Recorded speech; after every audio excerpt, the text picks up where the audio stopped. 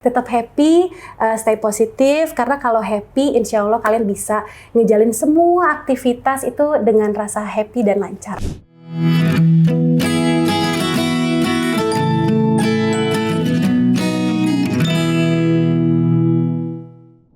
Selamat datang di rumah manis kita, Lollipop Love Life Podcast, tempat kita akan ngobrolin tentang cinta, kehidupan, dan kebahagiaan. Nah, hari ini aku ditemani oleh seorang aktris yang wajahnya tuh pasti udah nggak asing lagi. Banyak orang mengenalnya sebagai Ratu FTV, ya nggak sih? Pada zaman itu gue juga masih waktu di kampung halaman ya, aku udah nonton dia loh di TV berlalu lalang ya. Karena pernah membintangi begitu banyak film FTV dan juga judul-judul lainnya. Tapi belakangan ini, lebih banyak membagikan cerita tentang keluarga, anak-anak, dan kehidupan yang jauh lebih personal. Yuk kita akan ngobrol tentang perjalanan hidupnya, bagaimana menjalani peran sebagai istri dan ibu, hingga menemukan kebahagiaan di fase hidup yang sekarang. Langsung kita sambut Eriska Rey. Apa kabar? Aduh, kabarku baik, Kak Selfie. Alhamdulillah. Oke, ini sih lagi happy banget nih kayaknya. Harus kan? happy ya setiap harinya. Anak udah? 2. Enggak nambah? Ya insya Allah nanti kalau memang dikasih lagi ya, kalau dia memang rencana ada gitu? Ada, sempat obrolan juga sama suami, cuman mungkin gak deket-deket ini gitu. Terus anak yang kedua usia berapa? 4 tahun sekarang. Yang pertama? 10. 10 sama 4 tahun, beda 6 tahun ya? Iya, jaraknya lumayan agak jauh, 6 tahun. Iya, aku juga jaraknya 6-7 tahun loh. Iya. Ya ampun, aman ya? Tapi aku merasa kayak punya anak lagi, soalnya kayak udah bingung mau nyiapin apa lagi, paham kan? Iya, jadi kayak start dari awal persiapannya. Kan? Cuman seru kok, seru banget. Iya. Ya udahlah, ini aku sedang mengandung ya. Anak kedua aku. Semangat. Oke. Sebagai pembuka nih, aku mau nanya sama kamu, sekarang berarti fokus sebagai seorang ibu atau ada kegiatan lain yang kamu lakukan? Sekarang ya prioritasnya memang sebagai ibu, ngurus rumah tangga, cuman memang kegiatan lainnya tuh ada kebetulan kegiatan beberapa kerjaan memang ya event kayak endorsement yang bisa dikerjain sambil ngurus keluarga lah gitu ya. Terus ya sambil lagi belajar berbisnis juga. Apa tuh? Kebetulan memang lagi pegang toko retail. Jadi fashion bag retail ya, jeans honey. Nah itu dari 2023 ya kalau nggak salah ya sampai sekarang. Jadi itu juga sangat seru ya, sesuatu hal yang baru dalam hidup, belum pernah aku kerjain, challenging, menarik, dan juga yang paling baru banget aktivitasnya tuh tahun ini tuh aku baru masuk kuliah. Masuk kuliah? Iya. Dulu, kenapa masuk kuliah lagi? Atau baru masuk? Baru malahan. S1? Iya. Oke, di mana? Kebetulan kebetulan fleksibel banget. Jadi aku ambil kelasnya online. Kelas online. Oke. Berarti syuting udah gimana? Udah dikurangin atau udah nggak pernah atau lagi berhibernasi dulu gitu? Iya, kebetulan kalau buat syuting aku lagi off dulu udah 5 tahun. Udah 5 tahun? Iya, udah 5 tahun. Pokoknya semenjak mulainya itu dari yang aku hamil Mikaela, anak kedua. Terus ya udah sampai lahiran dan sampai sekarang, karena aku pikir kayak udah aku nunggu Mikaela. Sebenarnya memang ya aku sambil nunggu Mikaela juga udah agak besaran dikit sampai aku bisa manage waktunya buat ambil project gitu. Di 5 tahun cukup lama ya? Lama ya. Jadi kayak kamu nggak ngambil nolak-nolakin aja 5 tahun sampai orang lupa kali apa gimana tuh? 5 tahun tuh waktu yang lama loh, satu periode ya kalau presiden. Lama banget. Kadang ya gimana ya, mungkin aku lebih ke ya izin sama manajerku, aku komunikasi sama dia.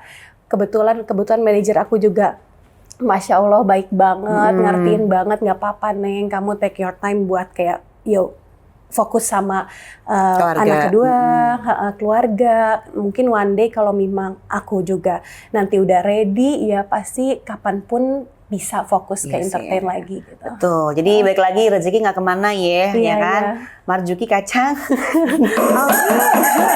Nah itu ada kemantunnya. Marjuki kacang tanda, rezeki nggak kemana gitu.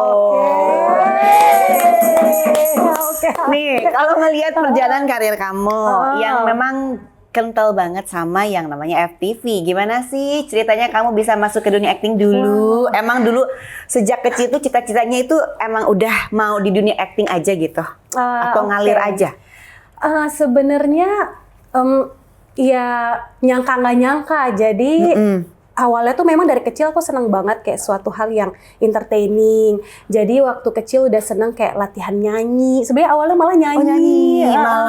Nyanyi. Terus habis itu kayak coba catwalk, fashion show, ikut lomba-lomba. Nah belum terfikirkan untuk kayak berakting gitu. Namanya anak-anak masih seneng nyanyi-nyanyi.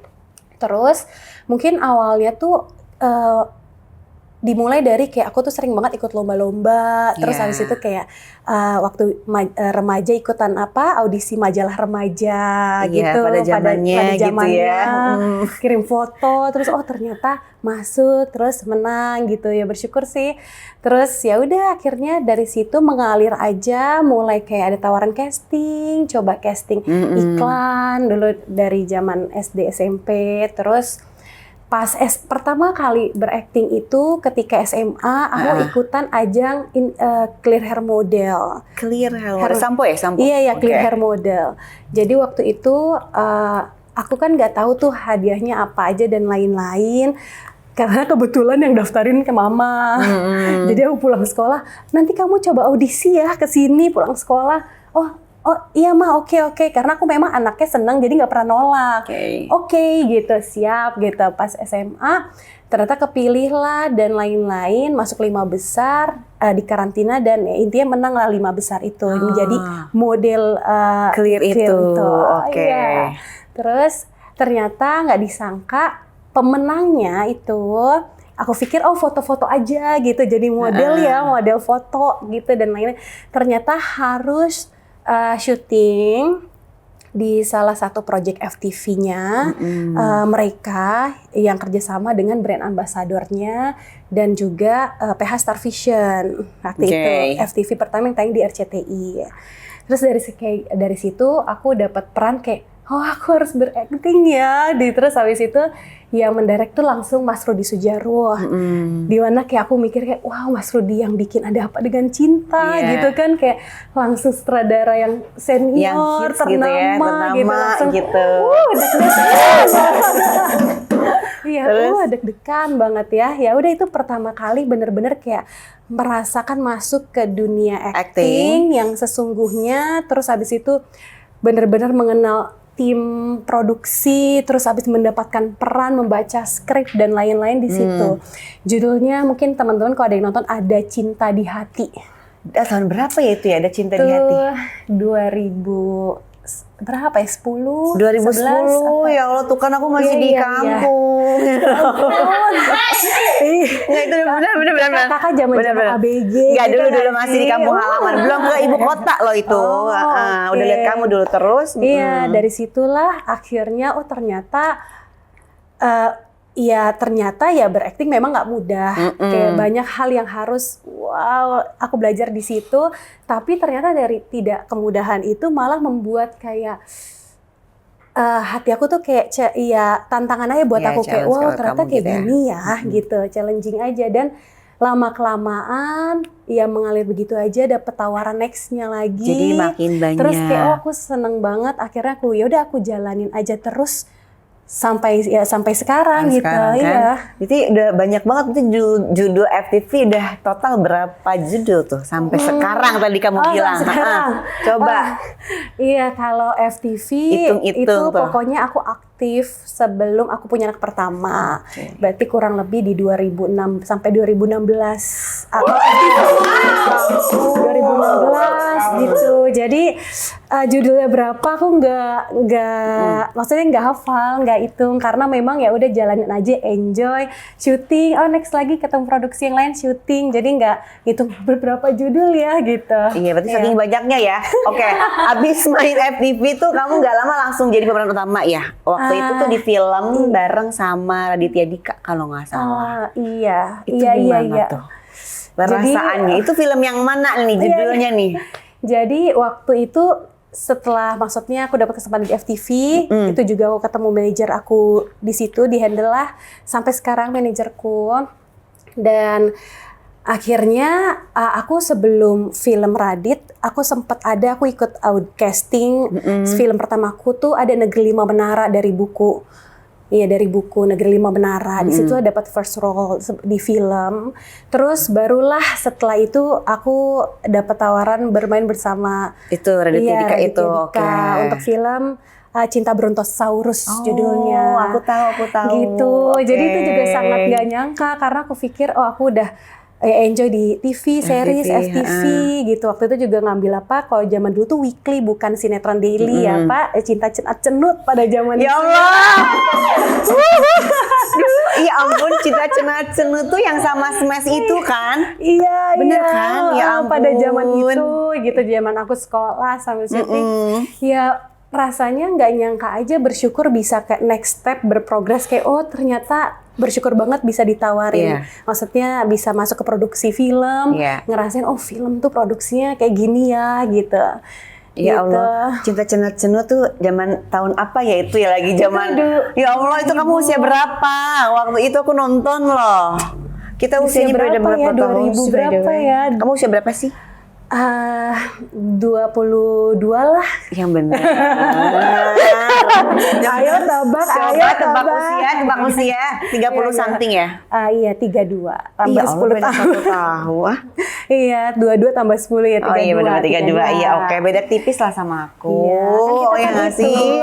Seumuran di kelas kan. Ya ampun. Oke, tapi belakangan ini kamu kan memang sudah tidak sesering dulu muncul di layar kaca. Apa itu tuh keputusan yang memang sengaja diambil untuk lebih fokus ke keluarga, atau memang fase hidup yang berubah dengan sendirinya? Sepertinya fase hidup yang berubah dengan sendirinya ya. Dengan sendirinya, karena kamu menikah usia muda ya? Betul, aku married 2014. Terus punya Zen 2016. 20. Serius? Aku married umur 20 tahun, itu juga kayak keputusan yang luar biasa. Banyak banget yang kaget sih, lebih tepatnya keluarga aku juga ya kaget karena aku masih muda banget. Terus ya banyak yang kayak, kamu serius gitu. Cuman aku pikir waktu itu entah kenapa aku cuman mikir aku kayak dua keluarga udah sama-sama kenal gitu. Udah terus waktu itu juga pasanganku kayak udah melamar dari tahun sebelum. Terus aku ngerasa suatu hal yang baik, maksudnya kenapa harus aku tolak, kenapa nggak dijalanin aja, karena aku selalu mikir dari dulu kayak udah rezeki mungkin nggak kemana sih gitu. Jadi kenapa nggak ngebahagiain kedua keluarga dan lain-lain itu. Iya, tapi 20 tahun tuh muda banget loh. Iya benar. Iya nggak sih, kayak masa mudanya tuh kayak tiba-tiba hilang gitu. Enggak ya, kamu nggak ngerasa kayak gitu ya?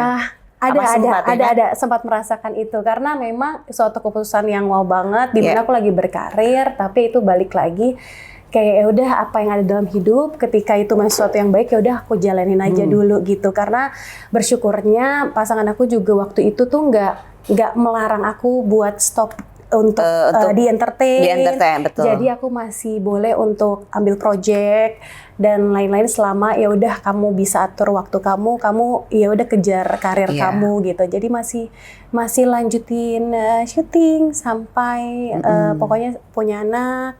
Baru stop, mulai mengurangi kan gitu ya. Nanti anaknya udah gedean, syuting lagi. Terus pas hamil off lagi. Iya emang gitu ya, emang siklus kehidupan tuh begitu ya. Fase kehidupan. Tapi kamu pernah nggak ngerasa rindu dengan kesibukan di dunia hiburan setelah menjadi seorang ibu dari 2 anak? Kalau iya, apa yang dirindukan? Kangen sih, ada rasa rindu kayak aduh, aku kangen berakting, kangen menjadi seseorang di sebuah project gitu. Karena kadang ya ini kan ya udah Eriska, jati diri aku. Kadang aku tuh senang banget ketika bisa explore menjadi sesuatu hal yang lain di sebuah film gitu. Bikin karakter baru, terus ketemu banyak teman-teman baru, tim produksinya. Jadi kayak pengalamannya berharga banget. Pasti. Tapi kalau misalnya dari aura, dari wajah-wajah kamu itu kan kayaknya tuh dapat perannya tuh pasti protagonis. Ya nggak sih? Atau ada pernah peran antagonis nggak dapat gitu nggak?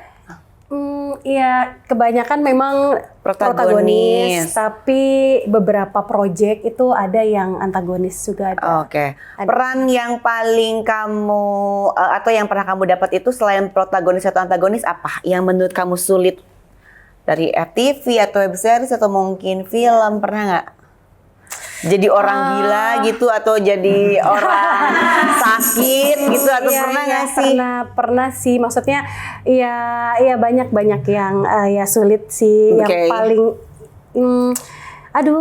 banyak yang seru juga, baik yang sulit juga, gimana ya? Nggak apa-apa. Jadi orang miskin gitu yang jahat gitu enggak ya? Enggak, maksudnya ada kan namanya kan kita berperan. Iya, unik-unik ya. Iya kan? Jadi mungkin yang sulit tuh waktu itu aku pernah jadi menjadi gadis yang sedang sakit, pernah mengalami disabilitas tuna netra ya. Oh, bisa lihat. Tunawicara. Okay. Ya, jadi dan pendengaran.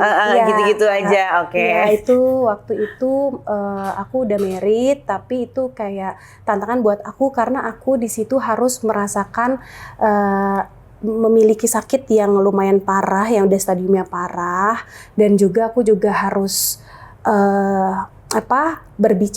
mencoba mengungkapkan semua dialog aku dengan terbata-bata? Iya, atau tidak ada kalimat dengan mencoba merasakan feel seperti itu gitu, memakai bahasa isyarat. Dan itu aku sampai aku waktu itu belajar sama anaknya Bunda Dewi Yul, dibantuin untuk kayak belajar bahasa isyarat kayak kamu lagi apa gitu, iya kayak sama-sama, makasih, sama-sama gitu. Dan itu ya sangat-sangat luar biasa, pengalaman hidup yang luar biasa. Ternyata segitu, maksudnya aku, ternyata nggak mudah perjuangan untuk.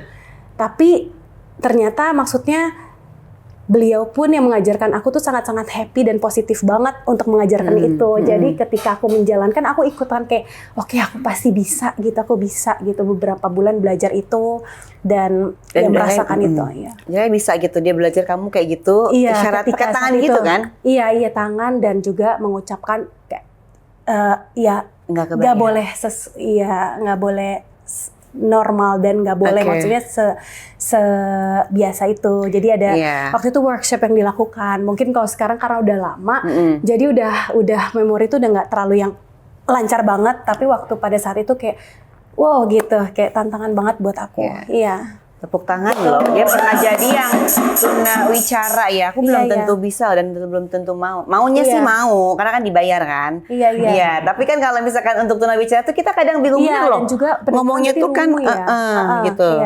Tapi ada yang menarik nih. Belakangan ini aku lihat kamu lagi banyak yang memperhatikan perubahan. Dari kamu. Ada fase di mana berat badan katanya sempat naik. Sekarang juga lagi proses menjalani hidup lebih sehat lagi. Aku penasaran gimana sih kamu melihat perubahan itu sendiri? Ya selain ya emang sih itu kan normal ya kalau seorang ibu tuh pasti kayak gitu ya. Sempat berisi? Bagaimana itu perasaannya dan lama nggak tuh turunnya? Lama turunnya. Jadi waktu itu aku pas hamil anak pertama, berat badanku tuh naiknya banyak. Berapa kilo? Waktu itu 20 kilo lebih. 25? Iya ada. Sama kayak aku. Terus habis itu aku berjuang turunin, berhasil. Akhirnya ya udah aku ambil project dulu, terus hamil anak kedua. Pas anak kedua ternyata juga sama nih gitu. Naiknya lebih dari itu 30 kilo lebih. Serius? Iya. Kenapa itu bisa lebih jadi lebih besar naiknya? Mungkin aku nggak tahu ya. Mungkin dari akunya sendiri juga mungkin dari akunya nggak pintar untuk memilah-milah makanan dengan baik. Memang waktu itu cravingnya tinggi sekali. Terus dan juga mungkin ada yang bilang hormonal juga mungkin. Tapi memang aku merasakan kayak memang ya secepat itu aku naiknya. Tapi memang aku jujur, aku ya juga itu merasa bandel dan nggak pintar memilih makanan yang baik. Seperti aku tuh sweet tooth, aku suka makan dessert manis. Jadi mungkin aku makan mealnya nggak banyak, tapi aku pilih yang manis, gulanya gitu. banyak. Gulanya banyak. Nah itu juga sudah dikasih tahu sama dokter. Aku Eriska nggak boleh, cuman Aku bilang susah dok, gitu kontrolnya pada saat itu. Jadi naiklah.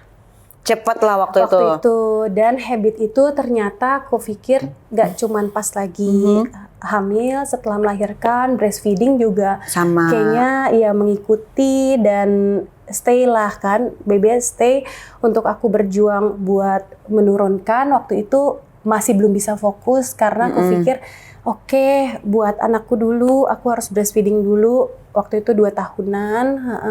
Anak kedua? Anak kedua dan pertama 2 tahun. Terus ya udah karena nggak fokus itu, udah nggak apa-apa anak dulu. Setelah itu udah selesai breastfeeding, baru aku kayak berpikir, wow aku bagaimana ini gitu. Iya. Tapi sekarang gimana? Udah mulai ada perubahan turun berat badan? Udah bersyukur banget, aku udah turun 20 kilo. Turun 20 kilo, luar biasa. Kasih tepuk tangan loh. Itu apa tuh rahasianya? Olahraga atau jaga makan? Iya, jadi sebenarnya dari tahun kemarin udah mulai tuh berjuang, ayo kita mulai olahraga dan lain-lain. Tapi ya pola makannya belum kayak benar-benar terpantau dan terjaga dengan baik. Waktu awal tahun tuh akhirnya kayak akhirnya juga karena aku juga mengecek hasil tes darah kok nggak bagus ya, ada bintang-bintangnya. Bintang dalam arti kok nggak baik, misalkan asam uratnya tinggi, kolesterolnya juga agak udah menuju tinggi. Maksudnya terus habis itu juga udah termasuk obes gitu waktu di awal tahun. Jadi karena satu dan lain hal aku mikir, aduh aku harus sehat nih buat anakku, buat keluarga. Akhirnya aku program diet lah gitu ya. Biar lebih sehat lagi, konsul sama dokter ahli gizi, program di salah satu klinik. Bersyukur ya mereka benar-benar kayak concern banget, bantu aku buat kayak konsul ya dengan dokter, dengan ahlinya, terus dicek semuanya dan lain-lain. Dikasih meal plan, aku ikutin ya urutan makannya dan lain-lain. Olahraganya juga jangan lupa terus nge-gym juga akhirnya. Nge-gym juga, cocok. Akhirnya tahun ini nge-gym juga gitu. Jadi dari situlah Februari start program sampai sekarang. Ya, luar biasa. Udah 20 kilo, berarti udah berapa lama tuh dari kamu mulai start sampai kamu turun 20 kilo tuh udah berapa lama berarti memakan waktunya? Berarti awal tahun ya, dari Februari ke bulan Agustus ya sekarang. 5 bulan udah 20 kilo. Keren berarti kan. Bersyukur banget. Bersyukur akhirnya. itu hebat banget. Iya, tadinya tuh udah sempet kayak aku mikir, aku udah di titik yang kayak ada rasa insecure tuh ada, Kak, kayak bingung, ini gimana ya, udah bingung sendiri kok susah banget ketika orang tuh cepet banget gitu bisa nurunin. Aku waktu itu aku susah banget sampai ada di titik yang aku tuh ketemu orang nanti dulu deh gitu, agak malu nanti ya gitu. Sempat ada kepercayaan diri ya berkurang dikit, tapi ya udahlah harus tetap aktivitas, harus tetap stay positif dan ya udah. Tapi pernah nggak kamu menerima kayak komentar yang kurang menyenangkan kayak dengan soal penampilan kamu yang tadi kamu bilang itu kan, itu dari entah dari netizen atau siapapun itu pernah ada enggak gitu kan yang bikin akhirnya kamu jadi sempat introvert kan dan nggak percaya diri gitu? Ada pastinya, juga ada pasti banyak banget. Ya banyak di sosial media ya komen seperti itu. Terus habis itu mungkin pas aku kan aku live, kadang aku live juga bareng brand gitu. Nanti ada komen-komen kayak gitu juga ada. Cuman aku waktu itu mikir, maksudnya ya mungkin itu salah satu aku juga selain untuk kesehatan aku ke depannya. Aku juga mikir itu sebagai kayak malah merimain jadi kayak alarm buat aku, kayak merimain aku kayak Rizka kayak ayo gitu, kamu harus hidup lebih sehat lagi gitu, lebih baik buat anak kamu, keluarga gitu. Jadi komen-komen itu mungkin nggak terlalu aku masukin, maksudnya nggak terlalu yang bikin aku feel banget. Karena memang mau nggak mau aku harus tetap aktivitas dan lain-lain, semua kerjaan harus dikerjain, tapi lebih ke positifnya lebih ke berkat komen-komen itu membuat kamu aku harus termotivasi buat bisa untuk balik ke kayak dulu lagi gitu. Luar biasa. Oke, nih tapi ada yang menarik ya. Sekarang orang-orang tuh sering ngelihat kamu banyak momen-momen kebersamaan dengan keluarga. Nah, aku mau tanya, hal apa sih yang paling menyenangkan dari kamu selama menjalani sebagai seorang ibu dan istri? Hal yang menyenangkan. Semuanya menyenangkan. Pasti. Menyenangkan sih, walaupun memang ya kalau sama anak-anak pasti lihat tumbuh kembang mereka. Betul. Dari setiap 10 tahun tapi udah gede banget. Kelas berapa? Iya, kelas 5 SD. Wow. Gitu. Jadi terus, ya nggak nyangka juga kan bentar lagi umurnya udah kalau aku umurnya udah 2 digit mami. Iya, kamu berarti udah mau remaja gitu kan. Jadi kayak nggak nyangka udah mau punya anak yang beranjak remaja. Terus juga setiap tahun ngeliat mereka kan beda-beda nih fasenya, nanti tiba-tiba udah ada yang bisa cerita, terus yang satu kesukaannya ini, hobinya ini, itu aku sangat-sangat kayak bangga, ada senang banget, udah kayak campur aduk banget ya.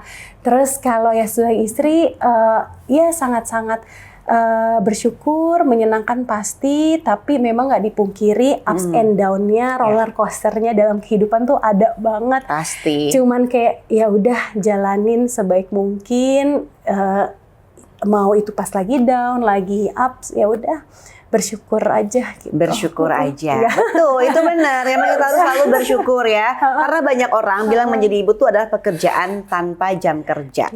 Kalau buat kamu, bagian yang paling menantang dari menjadi seorang ibu tuh apa sih? Bikin kamu shock nggak sih awalnya dulu? Kan kamu berarti jadi seorang ibu tuh usia 22 tuh, jadi ibu muda. Shock nggak tuh awal-awal? Atau mungkin baby blues nggak tuh dulu? Jujur iya, kaget. Ya semua pasti ada proses adaptasi, panikan, terus habis itu bingung ini harus gimana, itu banyak banget pertanyaan, ini gimana caranya, itu gimana caranya. Jadi semua aku lewatin dari fase yang kayak gitu. Yang lelah banget tiba-tiba nangis sendiri juga, itu gitu karena kan? Iya pernah ada banget. Jadi itu suatu tantangan banget. Ya udah kayak aku coba, tapi dari kesalahan-kesalahan aku itu aku coba perbaikin, aku terus belajar, coba ngobrol sama teman-teman. Makanya kan coba ngobrol sama teman-teman komunitas parenting gitu kan. Cerita ibu cerdas ya. Iya kan, sama cerita ibu cerdas. Iya benar. Tanya terus kakak ini gimana, itu gimana, terus dan lain-lain. Akhirnya ternyata nggak aku sendiri, ternyata banyak ibu di sini yang mengalami hal seperti itu. Jadi aku merasa lebih semangat, lebih kuat, terus lebih ya udah dari kesalahan itu ke depannya kalau bisa ya udah jangan aku ulangin lagi gitu. Aku belajar dari proses itu. Betul. Jadi kita tuh ada komunitas yang bareng-bareng, yang selalu aku pernah bilang cerita ibu cerdas. Jadi hanya ibu-ibu yang cerdas yang ada di situ. Waduh, amin dulu, amin ya. Emang betul ya, iya emang benar. Sebagai seorang ibu, ya kan kita sebagai seorang ibu nih, apa nilai hidup yang kamu terapkan sama anak-anak kamu di rumah gitu dari sejak mereka kecil? Sejak kecil. Iya, sekarang anak udah mau remaja loh. 10 tahun tuh, ya Allah itu kelas 5 loh. Udah kayak, udah mau SMP bentar lagi. Ya kan, itu apa yang kamu terapkan? Yang aku terapkan ya, jadi paling aku sama anak-anak tuh komunikasi simple, lebih ke kayak, sebenarnya lebih kayak teman juga ada, lebih kayak teman. Tapi ada batasan-batasan di mana ya aku juga ya moms yang harus aku kasih nasihat sama mereka. Paling sesimpel aku nasihatin mereka untuk selalu, yaitu tadi aku sempat bahas bersyukur. Jadi aku bilang mereka apapun yang ada, kamu nanti lagi rasa sedih, happy atau apa, kamu harus nikmati rasa itu, kamu syukuri. Terus aku juga ngajarin mereka kalian tuh harus menghargai ya teman, menghargai orang lain, gitu ya, orang lebih tua, sesama, harus sayang sama orang-orang sekitar kamu, sayang sama keluarga. Terus itu sih yang aku tanemin. Terus kayak ya pasti pendidikan agama dari kecil juga. Aku coba kalau bisa yuk ngaji ya nak gitu dari kecil. Dan aku juga selalu bilang kalau bisa belajar jangan boros, nabung dari kecil buat nanti. Jadi kalau kamu beli mainan terus jangan terlalu boros ya nak. Aku juga ngingetin kayak gitu. Dan aku juga selalu ngingetin kalian jangan lihat kalian jangan iri atau lihat sekitar kalian gitu, karena jujur aku bilang kalian kalau lihat si ini punya ini punya ini, kalian lihat atas terus dan lain-lain itu tuh nggak ada habisnya. Aku bilang terutama yang ke kakak yang paling gede karena dia udah mulai bisa memproses paham dan ngerti rasa-rasa itu. betul. Jadi kalau temen kamu punya apa udah nggak apa-apa, kamu bersyukur aja punya ini. Yang penting kamu kan kebutuhannya ini karena nggak akan habis nak. Kamu kalau lihat atas ada atas lagi, ada atas lagi, ada atas lagi. Betul. Jadi nggak akan habis. Jadi apa yang terjadi dalam hidup kamu syukurin, bersyukur selalu gitu. Oke, luar biasa ya. Tapi kalau lihat dari tadi cara berbicara dengan Eris Karim ini kayak tipe mamanya mama soft spoken ya. Kayak nggak pernah ngambek apa bagaimana nih? Atau hanya di Lollipop aja nih dia kayak soft spoken banget. Gimana sih kalau anak lagi bikin kamu kesal? Kamu juga suka marah nggak sih? Suka. Itu marahnya gimana kan? Kalau aku tuh kayak kelihatan gitu kan bawel banget, terus ngomongnya kenceng. Nah kalau kamu tuh gimana kalau lagi kesel sama anak terus kayak marah tuh harus ngasih tahu anak gitu? Kayak gimana sih? Biasanya tuh aku banyak menahan. Kayak aku sabar dulu. Ada batasannya di mana kalau misalnya aku sudah nggak kuat dan anaknya nggak mendengar. Ya suara naga itu keluar dengan naturalnya. Aku juga ke anak kayak gitu. Cuman kalau sebisa mungkin aku bisa kasih ngerti dan lain-lain. Aku kasih ngerti dulu jangan kayak gitu ya gitu dan tapi kalau nggak ngerti itu kayak natural keluar pasti gitu keluar aja. suara naganya gitu ya. Suara tinggi itu keluar. Suara tinggi itu keluar. Iya, maklum lah biasa kalau ibu kan gitu ya. Yang penting kan kita nggak pernah mukul atau apa, kita kan cuma ngomong mungkin, aja gitu kan. Mungkin jangan. Oke. Terakhir, kebahagiaan menurut seorang Eris Karim yang sekarang itu apa sih Kak? Kebahagiaan buat aku tuh ya sederhana. Cuman lihat ya keluarga sehat, happy, anak-anak tumbuh dengan baik. Semua orang-orang yang aku sayang juga happy, itu udah bahagia buat aku. Oke, luar biasa. Ya, kita akan masuk ke fun segmen Mama Mode On. Oke. Hostnya akan kasih situasi dan kamu akan merespon ya Kak ya. Nah, pertanyaannya, kalau anak-anak tiba-tiba menggambar di tembok rumah, kamu akan seperti apa responnya? Contoh lah pokoknya anak-anak gambar tembok tuh. Iya. Kaget pasti, tapi paling biasanya nggak terlalu aku teriakin atau marahin banget. Maksudnya lebih ke kayak oke ya udah, it's okay, nggak apa-apa. Oke gitu. Beda banget sama gue, beda banget terus. Nggak apa-apa, cuman udah stop, coba ya lebih cari solusinya sih, lebih ke udah stop, jangan kayak gitu lagi ya, nanti temboknya rusak. Jadi aku lebih ke cari solusi, coba dibersihin aja, tapi lebih ke ya nasihatin, please next jangan kayak gitu karena sulit, nanti banyak orang yang susah ngebersihinnya. Enggak marah dulu baru solusi gitu ya? Enggak, lebih ke pinggirin dulu anaknya, stopin dulu. Iya, lebih dijauhin dulu, langsung cari solusi aja, nasehatin. Terus ya udah jangan kayak gitu lagi. Aku praktekin ini kertas. Kalau kamu butuh kertas, ini di kertas aja gitu. HVS sama kasih yang banyak gitu. Jadi kamu yang ngasih tau kayak gitu ya, luar biasa ya. Kalau gue kasih ngerti aja. Kalau gue beda. Kalau anak-anak, yang kedua, kalau anak-anak tiba-tiba bilang nggak mau makan sayur, kamu gimana? Iya, mau gimana lagi? Coba kan kamu udah masak gitu.